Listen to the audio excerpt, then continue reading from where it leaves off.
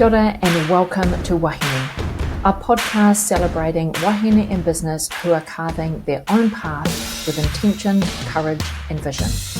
This is Wahine Legacy Leadership.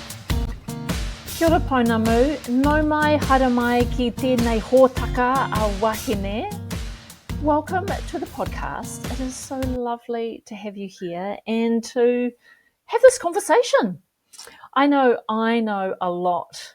Well, I think I know a bit about your journey. We've connected multiple times throughout the years, but I'm sure during this conversation, I'm going to learn a whole lot more that I didn't know about you and your business journey. So it's so great to, know someone for many years, but still have a conversation that feels a bit unknown as well. So I'm sure our journey today on the podcast is going to be filled with lots of inquisitive twists and turns along the journey as I get curious about the things that I don't know about you.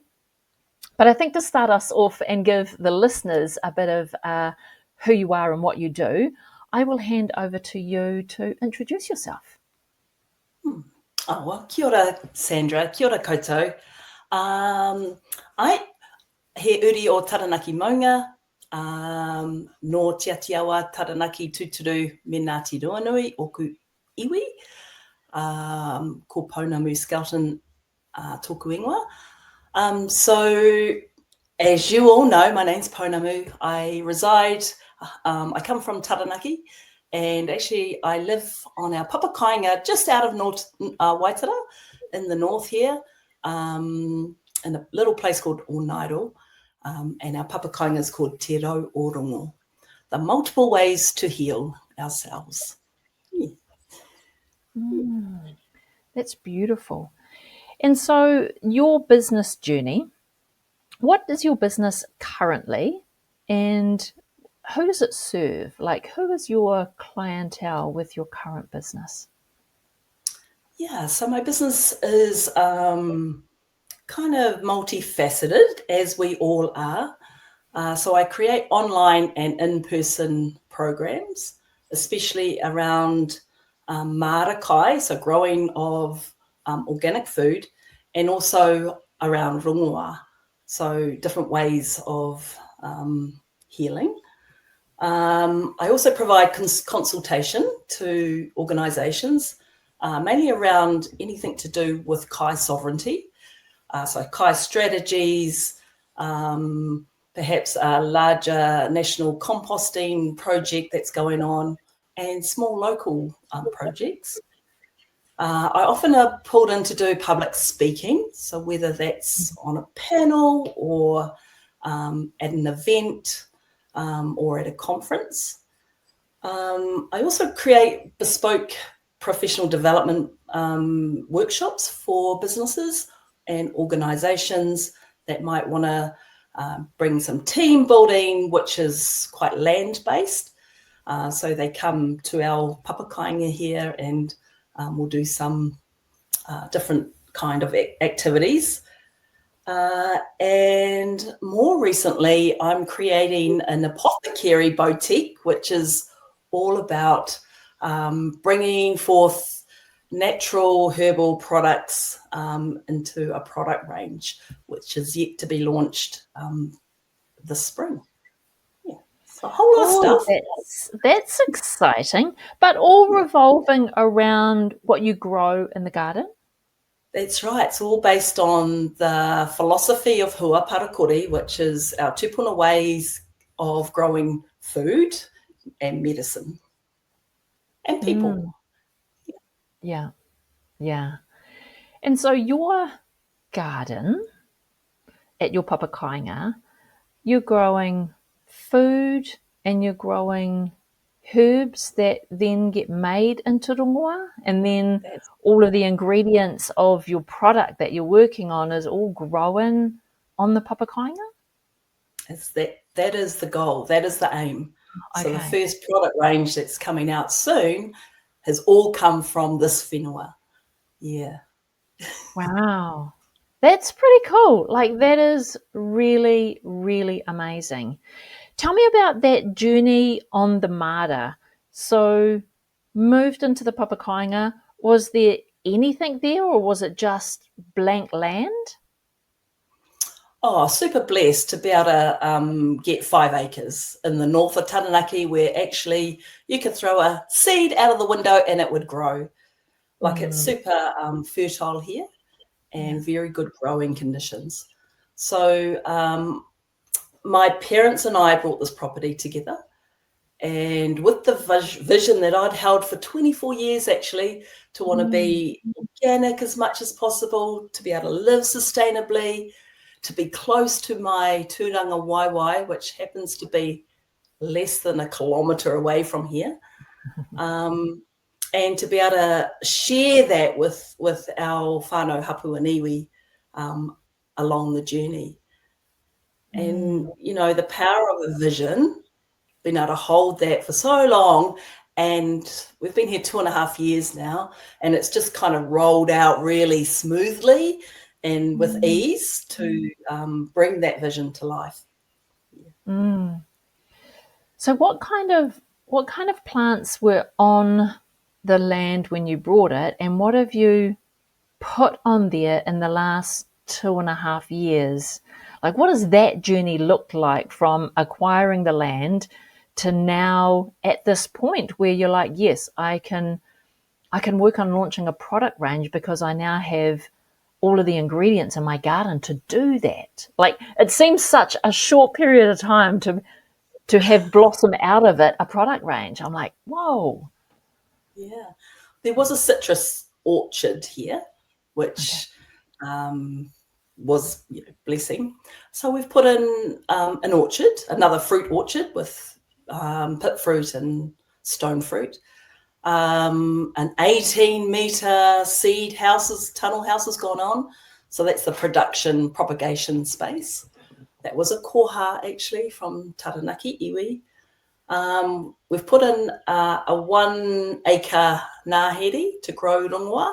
So probably 1,500 plants of trees have gone in. So that's the future rongoā space, plus, you know, regenerating whenua, firstly, and bringing the birds back. We've got 9 different growing spaces now, including 2 flower beds for picking flowers. Lovely kumara bed, potato bed, all sorts of stuff. Dedicated herbal space. Wow. Just goes on. How do you do that? You just keep working. I was going to say, and who helps you take care of all of that? Like, that feels a lot, and not just kai, but flowers and trees and fruit, and that's a range. Yeah. Do you take care of that by yourself? Indulgent queen. Like, I like a lot of stuff. I'm going to do life. I'm going to do, you know, it in abundance. Yeah. No, to be fair, it's a family affair. So my dad helps out, you know, heaps. He's 82, but he's still building things around the place. He's built me a workshop so I can teach out of that. I just came back from overseas, and there was a big storage cupboard built so I can put all the apothecary stuff in there. Fences have gone up because of his, you know, masterful skills.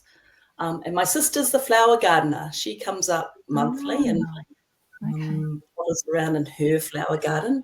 So everyone has a role here, you know. Yeah. I grow food. Dad does the maintenance and building. My sister does flowers. Yeah. So yeah. And I saw recently that your girls were at home helping out during their break. Yes. They're still at uni. They are at home. They're both finished, but they do live in Dunedin. So when they come home, it's for a good couple of weeks at a time. They're part of the vision, you know, like they will be my legacy. They will take it.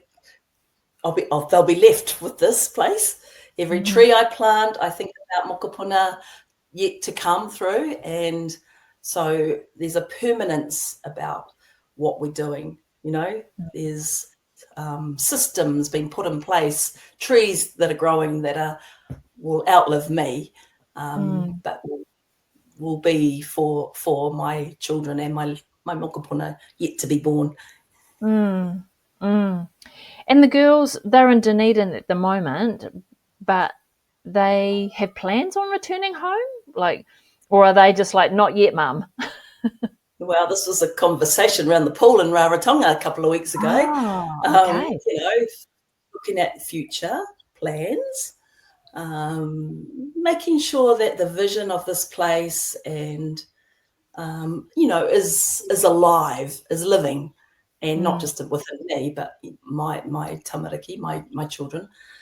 Yes, my oldest girl's coming home end of the year, so she'll be based here. She's doing her PhD. And my youngest one doesn't reckon she'll be home for another 9 years.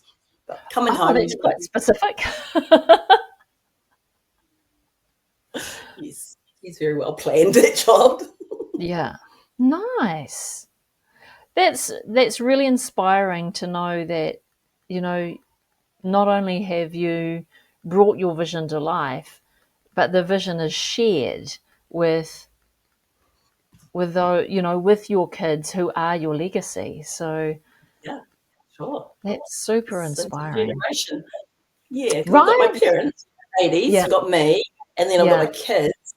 I've got my sister and her family roll through regularly. Yeah. We're only a small whānau, but, mighty visionary, big dreams, big outputs. Yeah, there's a lot to do on our whenua as a whole, so I don't know. I just feel every day is a blessing, really, to be in this position, to be able to even make these decisions. Yeah, that's very, very inspiring. Tell me about what did you call it? Apothecary. Apothecary? Yes, a kupu hoe. Yeah, a kupu hoe for me. Apothecary, right?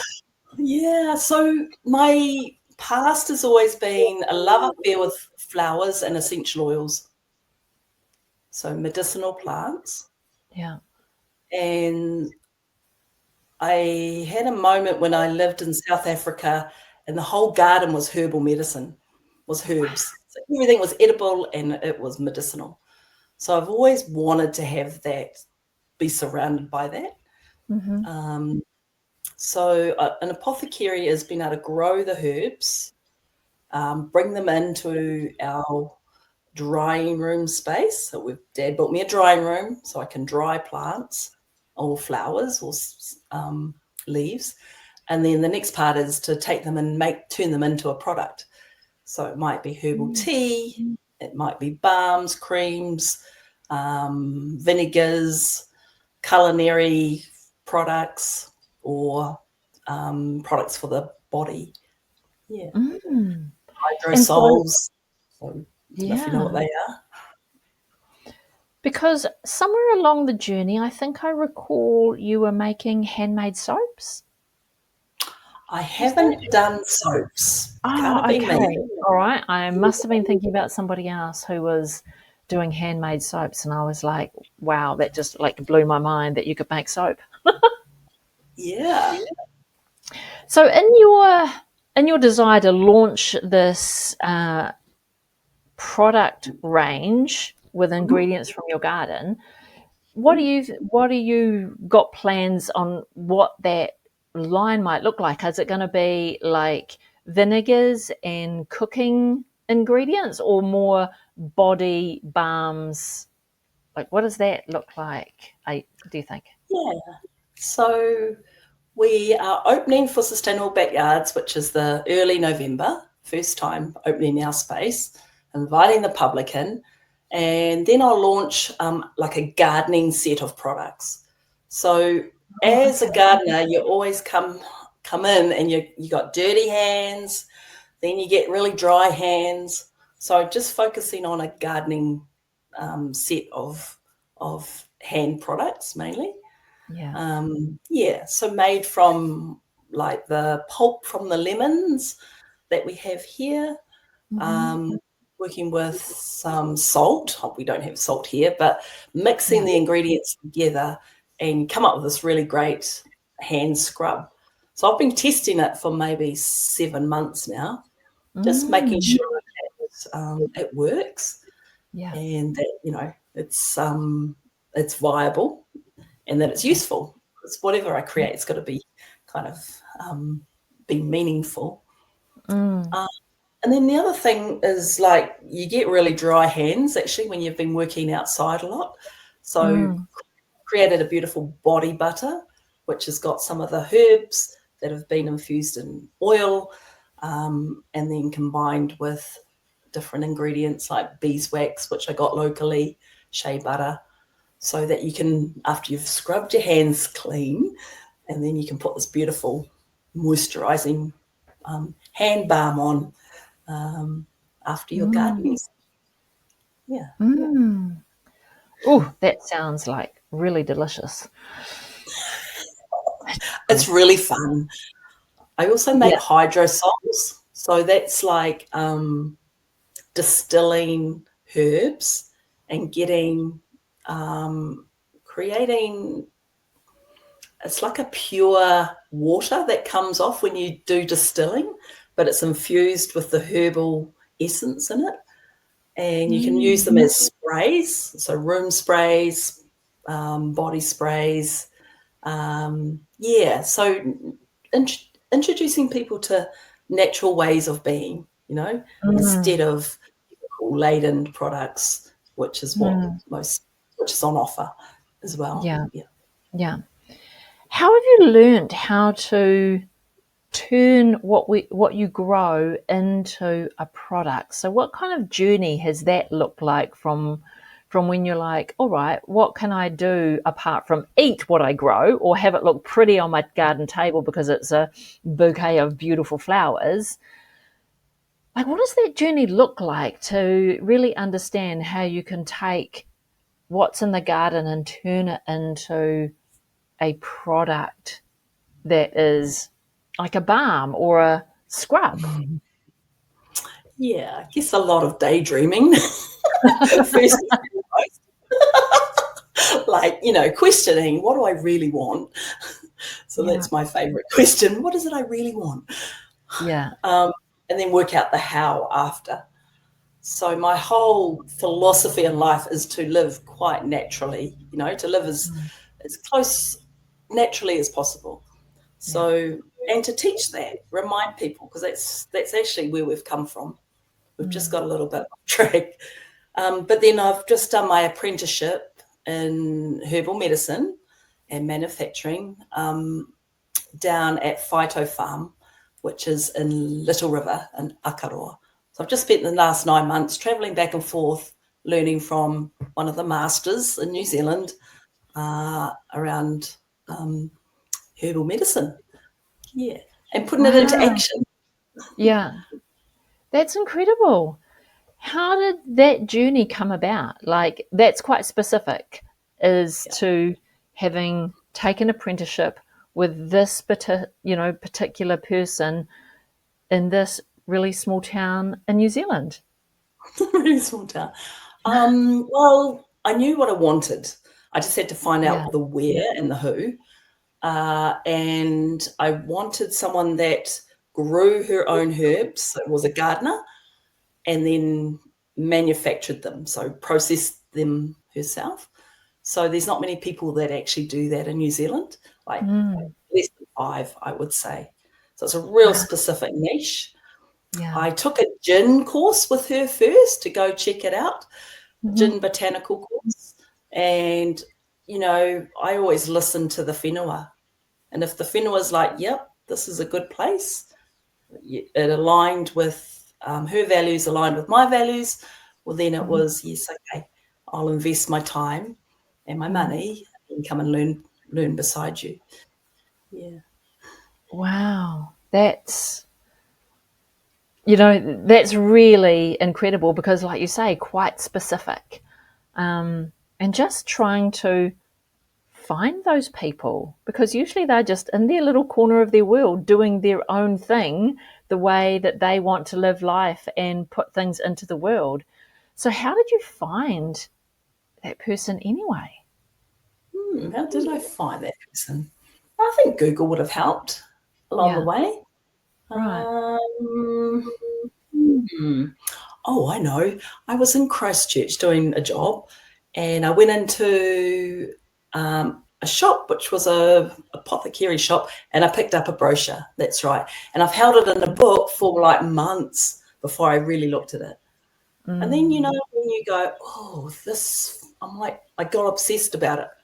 Like reading the brochure, looking online, trying to gather as much information as possible.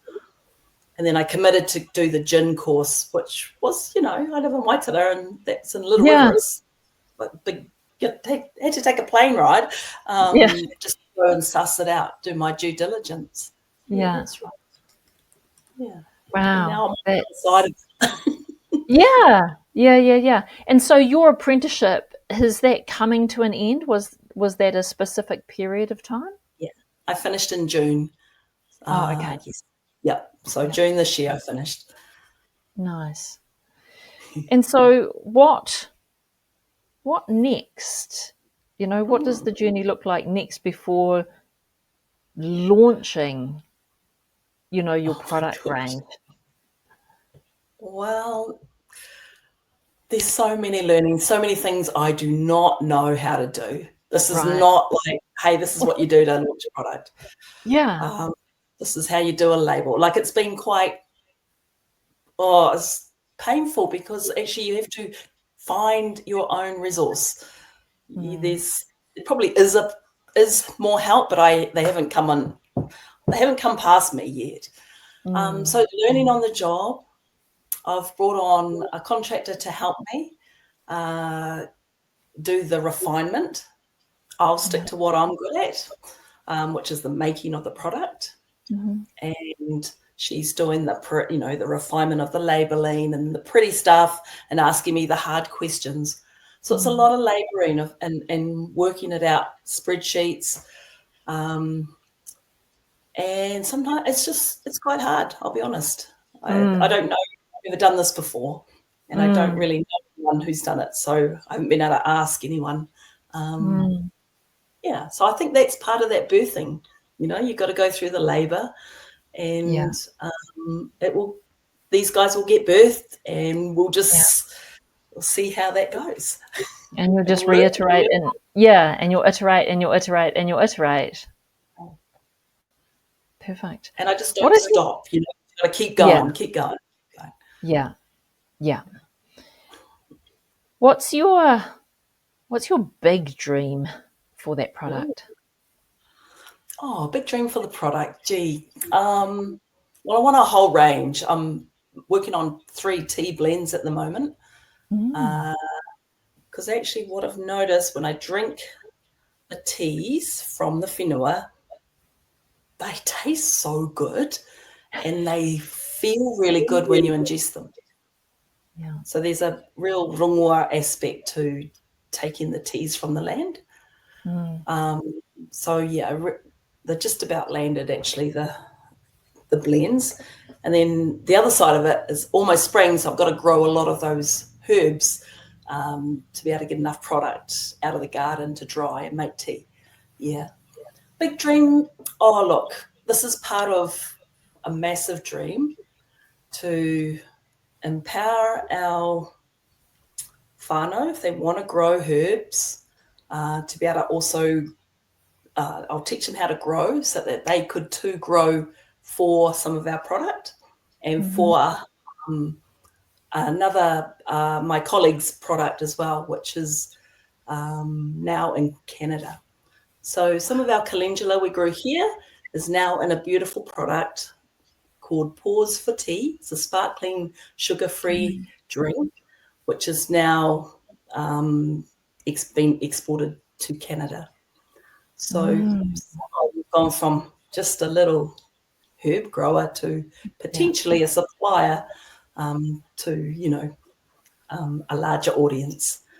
And the main thing is that we tell our story, that we're Indigenous, that we hold fast to the tikanga of our tupuna, and that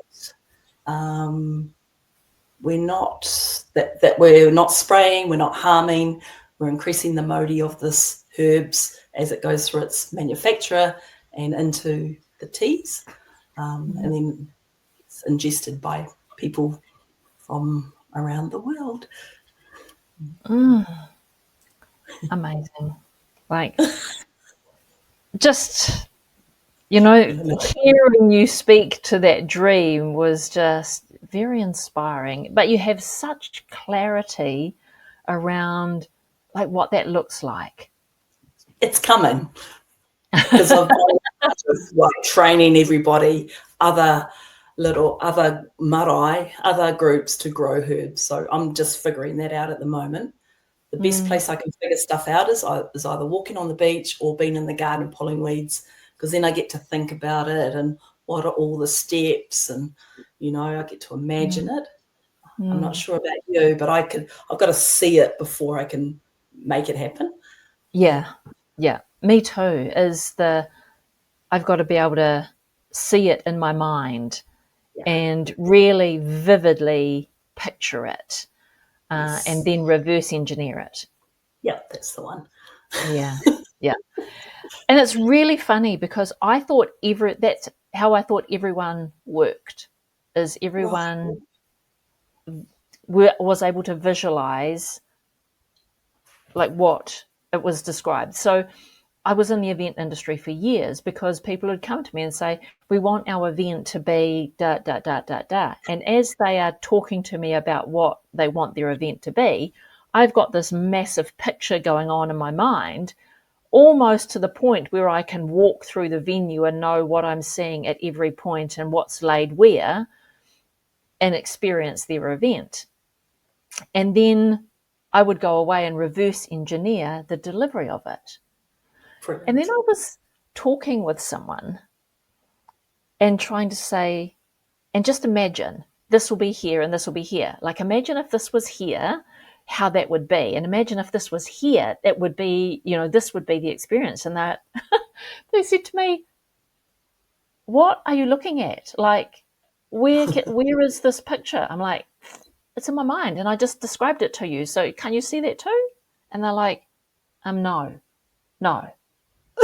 Like, we've got no idea what you're talking about because we can't see that. Like, and I'm like, and that was my first, like, the penny dropped that not everyone has this capability to visually create an image in their mind of what we're working towards.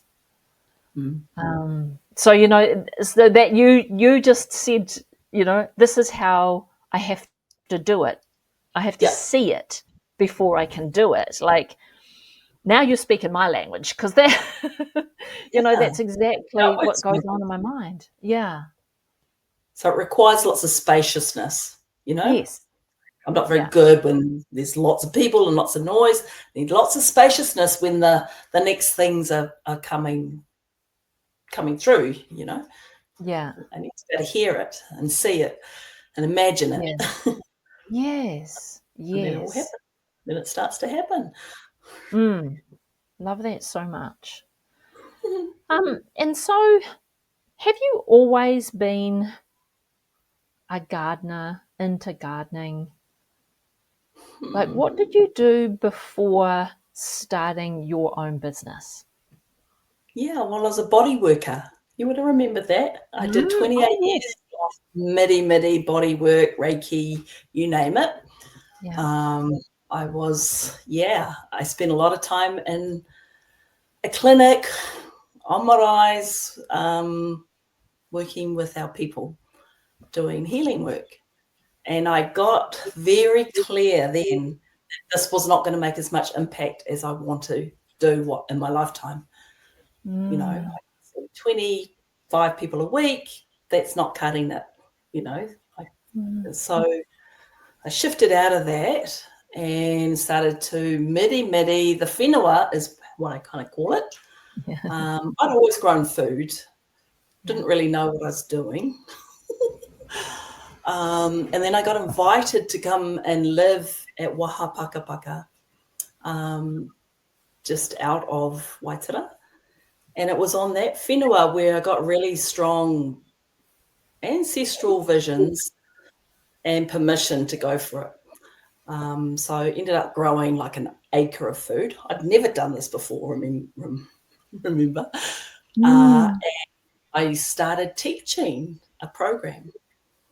I'd never done that before. And ended up, I don't know, just became the thing. And then ended up having a kaiako, 2 other kaiako that were working in Taranaki. So we had 3 of us just humming, teaching all of our whānau how to grow food through the wānanga awanuiarangi. Yeah, and that was how it started. Wow. Until it stopped. Well, for me, it doesn't sound like you're stopping anytime soon. Yeah, it got better. You started teaching people how to grow their own food, or like what did that piece look like? Given you'd put your own garden down, I'm presuming that was to grow your own food and live off the land, put food in the cupboards. Yeah, so I remember I had this vision like 24 years ago, and now I was back on land, and so I just started. I read every book I could possibly know. I just dug. I was having my birthday, so I'm like, shit, we've got to get a garden in first before the birthday. So I kind of set myself a goal. 6 weeks it took, I think, before people were coming over. Just picked it up and ran with it. And then I started to share it. And, we're probably 9 years later now. Right. Yeah. How did that piece come around? Now it's time to share. Like most people would just go plant a garden, live off their land, live off the kai that they grow in their garden, and then, be done, or share that food with the people around them because their garden is abundant. But you picked up teaching. How did that piece kind of come about? Yes, I'd worked nationally in Māori organics. So I had a network, but I was like the coordinator, manager, so I was desk bound really. And so I knew a lot of people in the industry, and I just got a phone call and said, hey, Pounamu, do you want to start teaching a course? I said, I don't know how to do that. They said, you'll be right. You'll get, you just have to get 20 students. And so I'm the sort of girl that actually if someone kind of gives me some bait, I'll probably rise to the challenge, And I did. And it was hugely successful. It was life-changing for many, many students. And they became like family to me. So women come on this program, and then a few weeks down the track, they talk about, some of their burdens that they carry as a parent, as a mother, as a partner, just with life. And so I realized really quickly, remember I was come out of the healing realm, that actually the garden was the new place for healing. And working with groups of people really helped people to unburden themselves with some of their problems. Yeah, and put it into the soil, and in return, grow amazing food. So, it was a gardening program, but actually it was just a different iteration of the healing stuff I'd been doing, but one-on-one. Yeah, now it became that's kind of how it happened. That's how it happened. And I mean, listening to that, you can really start to see, the garden is the place where you get to have some spaciousness to dream and to really visualize your dreams in order to come in from the garden and take action. And now there's people joining you in the garden.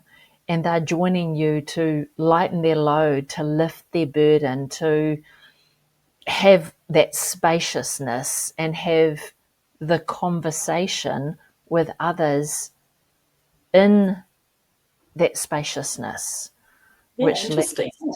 to, really, and that you attract. This is what you attract. Not everyone sees it like that, but I know that's what happens.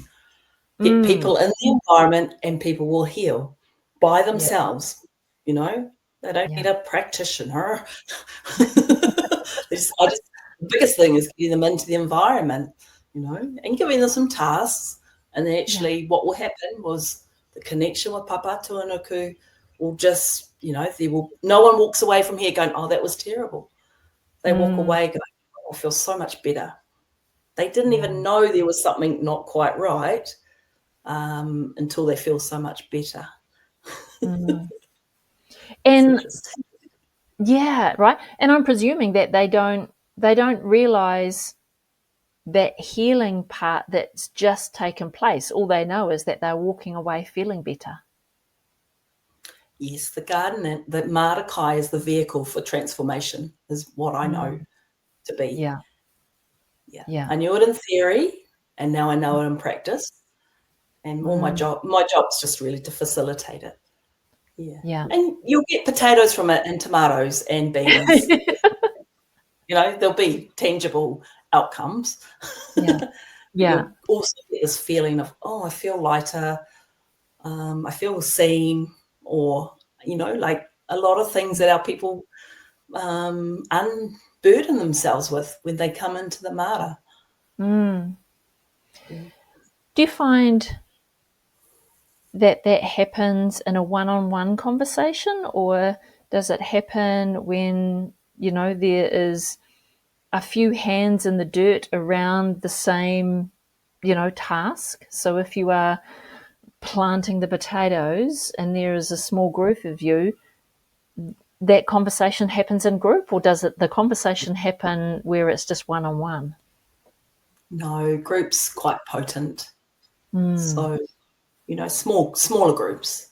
Yeah. Because actually your hands are busy and your mind is focused, but actually because we're not looking at each other, you know, you've got your hands down, you're busy, you know, people can start to chat and they feel people only open up if they feel safe. So you've got to set it up so that people feel safe. Sometimes when I'm teaching, my goal is to find people with little watery eyes, because then I know, I've hit a place in their bodies which it's resonated. My words have resonated. And that's, you know, that's payday for me. Oh, great. Done my job. Made them cry, but actually made them feel or made them respond. Their body responds. You know? Because it's so easy not to even deal with any of the stuff, have you know, this lovely fakeness that we put on our masks. My job's not here to do that. It's to kind of get people real, you know, like unpack stuff. I don't need to know what the thing is. I just I'll help people to start to be whole, feel enough. Not feel broken. Yeah, we're not broken. Just beaten up. Yeah. Or we haven't yet found the space to fully express ourselves. Agreed. You know? Yeah. Self-acceptance. Yeah. Yeah. Sometimes I think that's it's not that people are broken, it's just that they haven't yet found the place or the space where they feel that this is who they are. So I love that that's what you do, is just like they're called to go work in the garden. Like that's their step. Not that they realize that they need the conversation that happens in the garden. They just are feeling called to go and learn how to plant a garden. And then hopefully they can just take that action, because I've done it now, it's in their body, and do it, apply it at home. That's the ultimate goal, is that people know how to self-regulate in their own spaces through gardening. That's what my bigger goal is. You're totally. And I see how that happens. Like for me, it happens in my sewing room. So Yes. I can feel when I need time in my sewing room, because when it's in there, I'm busy. I've got a goal. I've got a goal, and I'm just working away at it, learning as I go, but I'm working away at it. But the whole time I'm in there, my mind is just, it's not actually on the sewing, it's elsewhere. But it is that space for you to think, imagine, dream. And sometimes it's just thinking through what you've got to make happen in the next week that you're finding challenging right now. And it's just that space for you to, or I find for me anyway, to think about a different way to approach it rather than allowing it to continue to be a challenge at me. Love that. So it's like, find your space, whether that's the garden or whether that's whatever that might be. But for me it's sewing, and it's not necessarily purely sewing a garment. It is the fabric in my hands that creates the healing, that healing thinking spaciousness. Love that. Amazing. You've had many challenges along this journey. What have you learnt about yourself from the challenges in your journey? Yeah, well, that's it, isn't it? It's always about yourself. Because my old story last year was, I'm stuck in my smallness. Anyway, we'll let that one go with 2024. 2025's one is, you need to get, what is it you really want, Pounamu? So I always always coach myself, So always looking for where those bits are that you're hung up on, or that you're getting in your own way on. And then I know through my coaching training that you ask a better question, you'll actually come up with a better answer. Yeah. So some of the challenges are self-imploding. There's definitely been a lone wolf kind of attitude, which is shifting big time now. Like I can't do this all alone. So inviting in people to come into and come in closer and to accept help. And it's been fascinating who arrives. All toa, wahine Māori, and with similar hearts. So I was inspired by Sadhguru. He's a enlightened being on earth still. And I went to his program in Sydney a couple of summers ago, and I found out he had 1 million volunteers that all just want to serve. And I thought, I'm no Sadhguru, but I was like, well, why don't we just adopt that belief that people will want to come and serve, and that you provide a beautiful healing space for people to do that. So I shifted my thinking, so I didn't feel like a wolf, I've got to do everything, to, this is a great place to come and volunteer and spend time on the whenua and all of the benefits that come from that, and go home with produce and, whatever I'm making in the apothecary. Learn, have whanaungatanga, eat, do some stuff. Yes, shift that thinking and get a better, different outcome. Yeah. And so, what I'm interested to know what was your go-to way of thinking about that before, these last couple of years when you went on that program with him in Sydney and then have since done the coach training. What before that, what would be your way of like moving forward and coping with your challenges? Oh, just get stressed out, drink. No, like I thought I could do everything. That was very naive way of thinking. Be superwoman sort of thinking, take it on yourself. So your shoulders get really heavy and, I'd take it all on.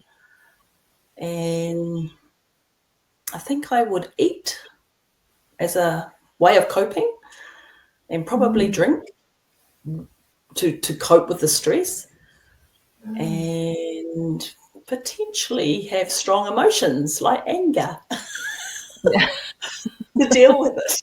It's very honest here. Yeah. But since then, I'm like, actually, there's a different way to do that. And you'll have to let go of some of the control and do an invitation so people feel welcome to come in. Let go of some of the standards, like I work quite fast. Right. So like just go at the pace that people go at. Yeah. And tap into the other things like the whanaungatanga is really important. Manaakitanga, make sure that you feed people when they come or offer abundance that we have here. Yeah. So develop a relationship. Yeah. So far it's working quite nicely. And I'm not drinking and I'm not eating as much. And I'm not as angry. Nice. I love that for you. Like it is a journey, right? When we learn that we can change our thoughts about how we live life. And then when you change your thoughts, because sometimes you get stuck in the busyness of life and there's just one thought, and that thought then drives all the emotions, and some of those emotions are emotions that you don't know where they come from or how they got there, but they get built up over time and then they explode. The liberating piece of realizing that you can change your thoughts, which changes your outcome. That for me has been the game changer. And that's leadership. You've got to go first. You got to lead yourself out of wherever it was to the next place if you want to keep evolving and if your business wants to grow. Because we're in a bit of a growth spurt now, so I can't do this on my own. So I'm learning to invite other people in to help and actually shine their superpower on the thing that they're good at. And for me, just to stay in, in my role, that's where I'm up to, inviting other people in, come and shine. I love that. Yeah. Let's chat about leadership for a little while. What do you do to replenish yourself so that you are showing up as the leader that you want to be? Yeah, so I work the maramataka. So that's our Māori lunar calendar. So for me, this time of year is get going, girl. Spring is around the corner. That is when the pipi whānau is going to turn up at any moment, and it's giving the tohu to start digging the garden. And then it goes through the season for me, like gardening season, through till kind of Easter, early April. And then everything simmers down because it gets cold here in Taranaki. So between June, Matariki, Puanga, and July, August is kind of reset time for me. So I've just come out of that. That's when I've done review of how we went this year, how we're going, my review time. Rest and reset. So just been overseas for 3 weeks, which was really important to leave the land, leave the burden, the responsibilities, and just go and reset. And that looked a bit like massage me every day and let me sit beside a pool.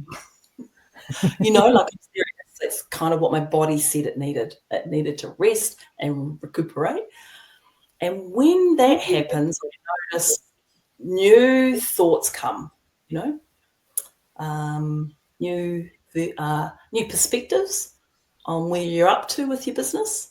You're not letting go of your business while you're there. You're just thinking of it in a different way. And actually, I did quite a lot of work while I was away because you're in a fresh state of being. So that's kind of how I roll my year. But then there's daily practice. So up quite early, sun rises, and walking with audio in my ear. And it might be personal development audio. It might be gardening audio if I need some skills or technical skills. It might just be Maya Angelou preaching something beautiful that opens my heart. Or it might be a deep wānanga on mātauranga Māori. Depends on what I'm needing, and then that starts the day. So it's kind of like, I don't know, it's getting exercise, getting oxygen, plus just setting your mind up for success. Yeah. Love that. And then what does your daily routine look like? So up early, walk, like feed your brain. What other kind of rituals do you have in your day in terms of what happens next and maybe what happens at the end of the day? Yeah, great question. Try to do the hui all in one day. So like currently I'll do done by one, which is the idea that get all your brain stuff out the way before 1 p.m. Yeah. So I know myself that I'm better in the mornings. So if I've got to put my focus on something that I'm a piece of work, I'll try and knock it out by 1 o'clock. Give or take, might finish at 12, might finish at 2. And then that leaves me the afternoon because I've got to go and sow some seeds and pot some things up and do some physical things in the afternoon. I might come back. I usually come back about 7 and I'll potter around and do a little bit more. Like I'm building a new course at the moment, so I'll do that between 7 and 10 because, you finished dinner and it's quiet. So, life's different now. You don't have children at home, as you know. I know, but that's very tempting to fill your day with lots of stuff because I'm past the point of having kids at home and having, the responsibility to ensure that they are healthy and well fed and warm and ready to go for their next day. And now that now the kids are self-sufficient and living their best lives, I've had to really resist that temptation to fill my day with all the things work to realize the dream that I have. But to learn to slow down has been the hardest part. Yeah. I agree. I was a total workaholic. I'm probably just a bit of a workaholic now, not fully. Yeah. So that still sounds like a full day of up, with the sun, and then after dinner going and carrying on.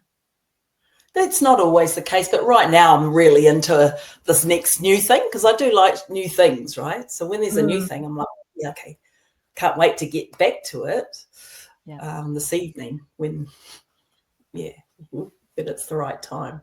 Yeah. I mean, everything's got a peak and flow. If I don't want to work, well, then I just don't. I'm not feeling like it. There were some days last week which the weather was not great, so I was just like, oh, well, we'll just do something else. There's always, I'm not very structured. I'm very, I don't know, I'm the opposite. I'm really productive. Yeah. It just doesn't often, I mean, and I think that's about knowing yourself and knowing how you operate and what gets the best from you. Like I'll go hard now because it's coming up to new moon. So I know there's heaps of energy available. If I'm, if my energy's up, I'll just knock things out, and then that clears the decks. Yeah. So when it's a low energy time, you can just lean into that as well and not feel pressured to having to do something or achieve something or get something done. Clean the big shambles that I've made, as I've been, because I'm I like a lot. Yeah, I'll clean my desk or something, do something else, which is low energy. Yeah. How does that help with your planning? Like, have you found that there is a cyclica? I know you operate by the māra mataka, which is cyclica, whatever that word is that I can't get out.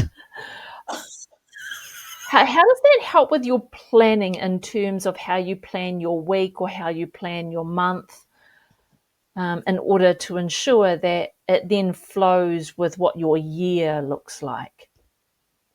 Yeah, so now I'm planning out till March, April. Okay, Right. so putting in the dates forward that are fairly secure, like those are going to be wānanga dates. I'll choose them based on the maramataka. So I kind of lock them in, really. And then weekly, on a Sunday, have a look at the week ahead. So where's all the hui, where's all the workspace, like really try and keep that 9 to 1 or 8 to 1 free to actually do work. Because I was finding, your whole week would get filled with other people's agendas, and then you'd be left to the weekend to do your own stuff. I'm like, no. That's the wrong priority. My stuff's most important. So that goes in first. 9 to 1, I'll just book it out. I might not name I'll name the theme that I'm going to focus on. And then I'll leave some gaps in the afternoon. If it's not going to get filled with gardening, it might get filled with meetings or friends or bike riding or something fun. So I always have a little look before the week arrives. So when the day arrives, we know what we're going to do, what we're going to get up to. And not every day's chocker. Like I do try to have fun. This is new. This is a new thing. Add in fun. It really doesn't. As a workaholic, you just don't end up getting much fun. So trying to do that little shift. Yeah, and balance. Yeah. How has your leadership evolved since you very first started in business, when you were doing body work and healing work? How has your leadership changed? Because, that leader that you just described to me right now, that's quite thoughtful, quite intentional around how you structure your day, your energy, your year, and allowing for those ebbs and flows. So, how would you say that your leadership has evolved to get to this point? Yeah, I guess it's a lot of questioning. Is this what I really truly want to do? Is this what I'm here for? I'll always ask myself that when I'm getting asked to do something. And then protecting my energy has become really big as I age. Okay, so learning to say no, so creating boundaries. It's quite a recent learning. And that has a little dialogue like, what am I going to, if I say yes to that, what am I saying no to for myself? So, yeah, I have to put things through a system now in my brain, like, is this actually going to serve me, or is it serving somebody else's business? The other thing I've learned is to speak out. I'm not, like I used to be very subdued and a pleaser. I suffer from being a pleaser. So I'm working really hard on that. And to do that, you have to find your voice to be able to say, no, I appreciate it, but no, thank you. Not this time. I can recommend somebody else. And so that's empowering, you know, and that's helping me as a leader stay true to who I am, what I really want. Because I want things, actually, a lot of the stuff I've got, you know, my life is pretty sweet. But it's more what impact do you have, Pounamu? You know, what else is there that you'd like to impact? And my latest is, well, I'd like to work less hard. I'd like to work with more ease and grace. And so what would that look like as far as the programs that you run? So just working that through, you know, what I say yes to, does that give you more ease and grace? Does it still have the impact? Does it still align with your values? Yeah, maybe it's time to charge more. So therefore, you know, the income still flows in abundance. Yeah. And I guess I'm always learning to ask myself, is this what you want to do? Is it still for you? Yeah. And that's a massive question. Like, that's a massive question to ask yourself. Yeah. And I think as long as you can always say yes, then you're like, great, well, then let's keep going. Saying yes, keep going. Yeah. But lately it's been that, yes, but how could we do it with ease and grace? You know, how could you streamline it so it's less of your actual time? Yeah. So it's good. It's a yes, but it's also got a but. Yeah. A yes, but as long as it provides this, this, and this. Yeah. And I think that's just maturing and deciding I'm the leader of myself, you know, in my business. I'm choosing what I do and don't do. And it's really empowering. When did that shift happen for you, you know, to realize that you're the leader of self? And when you are the leader of self, that actually you get to say yes or no. When did that kind of shift happen for you? Yeah, it's been lingering for a while, but didn't quite have the courage to step out, you know, that leader. I think when you get close to burnout, when you're physically going, oh, I can't do this any longer. Yeah, so there's glimpses of that. Yeah. And they usually happen about April in the year when you've been going for months. Because I don't have summer holidays, you see, like rest of people, because you're busy in the garden, it's growth time. Yeah. So when you're getting that lingering feeling of, oh, I don't know if I can keep going, it's not enjoyable anymore, that's an alarm bell to me. It's like, oh, okay, well, you need to shift something. You don't want to end up like that every April. That's not good. So what do you need to shift? Oh, well, you need to give less of yourself. You know, you need to train someone else up so they're delivering, not you. You know, they're just like these real simple strategies, I suppose, to think about. Yeah. So that's why I'm always kind of skimming over myself and, God, is everything all right? Are you all right? Is your Wairua okay? Your Māori? Are you giving to the right places? Are you saying no to the right places? Yeah.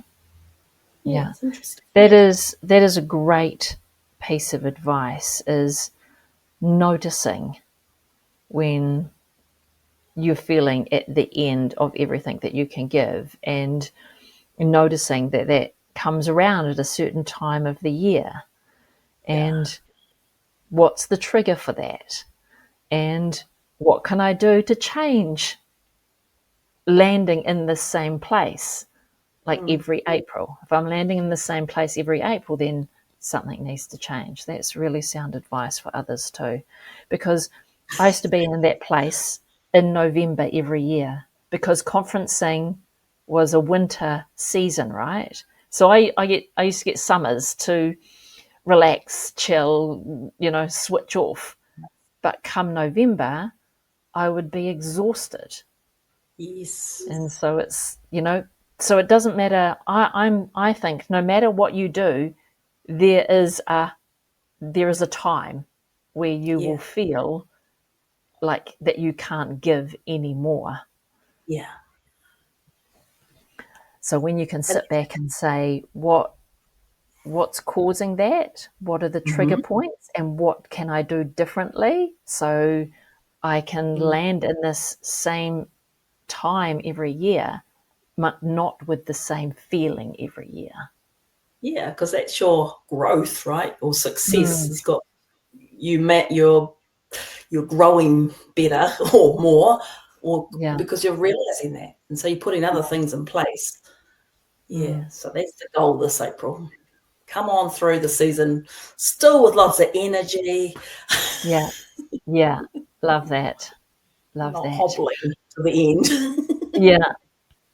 I'm interested to know, do you have like annual goals for the garden? Oh, so the goal for the forest was to plant 400 trees. So we did that. Right. The goal for the herb garden is to fill it this year with probably about 7 varieties of different herbs that will then be turned into product. The goal for the food garden is to have seasonal food for the next 7 months, and then to be able to store in the preserving cupboard, like a lot of preserves from the orchard, so there's food through the winter. Yeah. Yeah. And does that change every year? Like, do you kind of go, all right, this year the goal for the garden is this year the goal for the garden is this? Not really. It's just like I had 120 brassicas in for winter. The sheep got in, and now it's just like a blank canvas. So it feels like, we're starting again. That was unexpected. Little setback. No, it'll be more or less the same. Just feed ourselves throughout the growing season. We've also got a berry house here, so my goal really is to grow more berries than what I did last year. Yeah, to get some actually into the freezer, not just into the kitchen. To improve my quality of my trees, I suppose, my berries. Yeah. I think that's the goal. It's always to look after Papa Tūnaku. Yeah. Love that so much. I know we talked about this a little bit at the beginning, but what does legacy mean for you? What I do today will have impact in 6 months, 6 years, 60 years. Like my leadership, my voice, whatever message I'm leaving, germinating in people with my teachings, that they go on and they teach that to their babies. That's my legacy, is the work that I've chosen. Well, I think it chose me. That has impact, intergenerational impact. I can just imagine what people talk about at my tangi. Oh, the broccoli, the this, the that.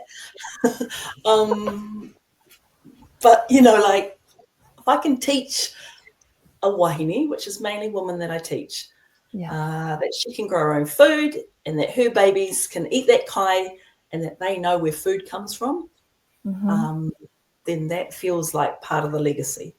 The next bit would be for them to pick it up as well. So it normalizes.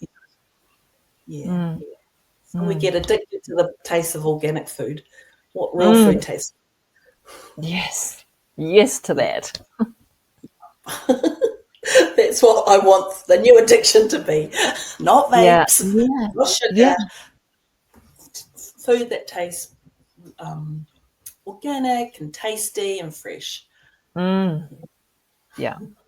I mean, my childhood memory is sitting in the garden. Like, both of my grandfathers were gardeners, right? So one was apple cucumbers. Like, we would just peel them and eat them straight out of the garden.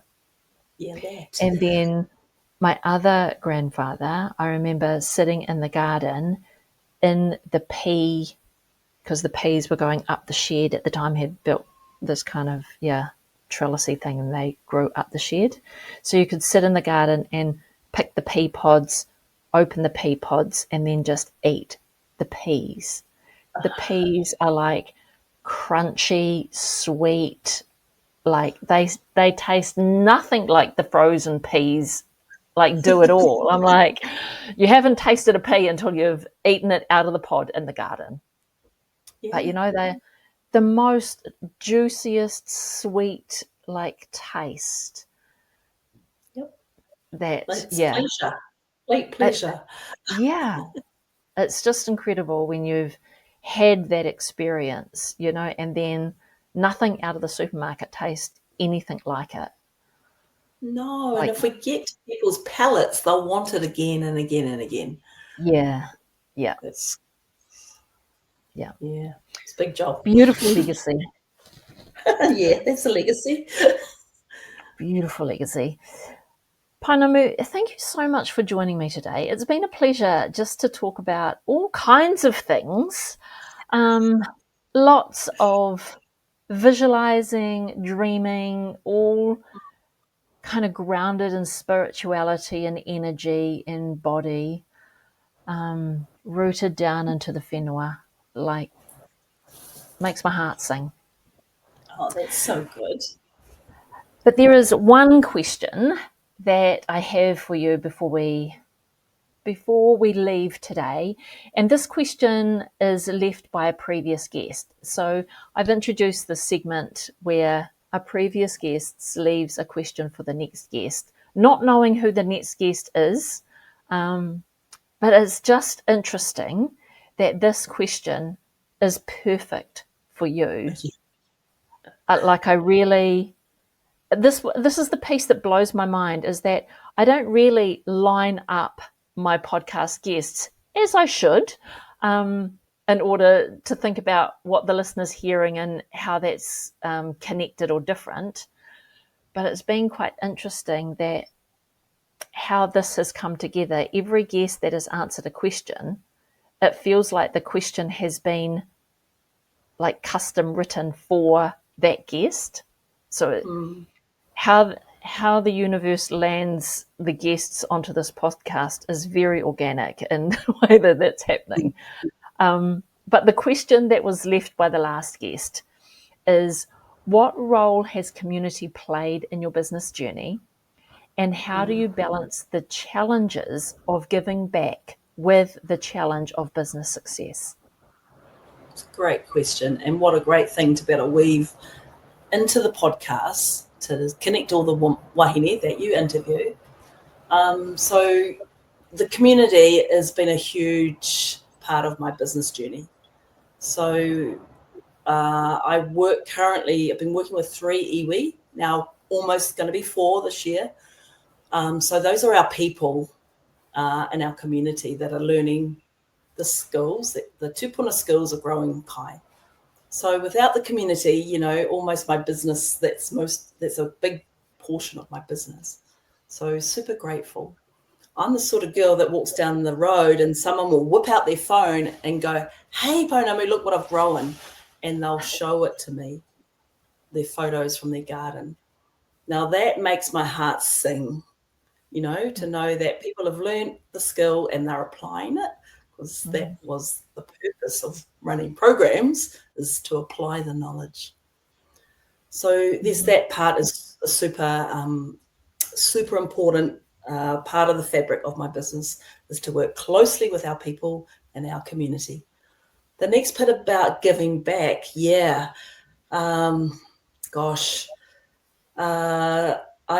one usually leaves here without some kind of koha. And when we first came here, this interesting thing started happening. We started to receive all these koha from people, like gifts, like Cody trees and our blue barrow that has food for sale on the down the drive. All these beautiful koha arrived. And so that just set up the ethos of, well, just give back, So whoever comes here, they end up leaving with mainly kai. Like at the moment it's lemons and oranges. So that it's just reciprocal, that mode of tā koha, taho, receiving and giving just continues, which is our gift from our whenua. Yeah. Love that. E te tuahine, ngā mihi nui ki a koe, pai te kōrero ki a koe, pai te kite a koe, a tēnei rā. So really, it has just warmed my heart to have you record this session with me and really just share really openly. I know today we talked about some, I would say what I would classify as some vulnerable topics. And, you just approached every one of it with grace and with such a warm heart. So thank you so much for sharing all that you do, all that you are, and the dream that you have for how you want to be known in the world and what the legacy is that you're leaving behind. Very, very honoured to have you here and have this conversation with you. Very special. So ngā mihi kia koe. Kia ora. Thank you so much for listening to Wahine. If today's kōrero resonated with you, inspired you, or made you stop and think, I'd love for you to follow the show and share it with another wahine in business.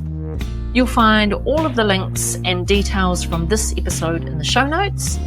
So until next time, keep building your business your way, grounded in who you are and the legacy you're here to create. The podcast music is Te Rau Orongo by Ngāneko Erawata. The episode is edited by LJS Creative Services, and the show notes and blog post are written by Bellbird Writing.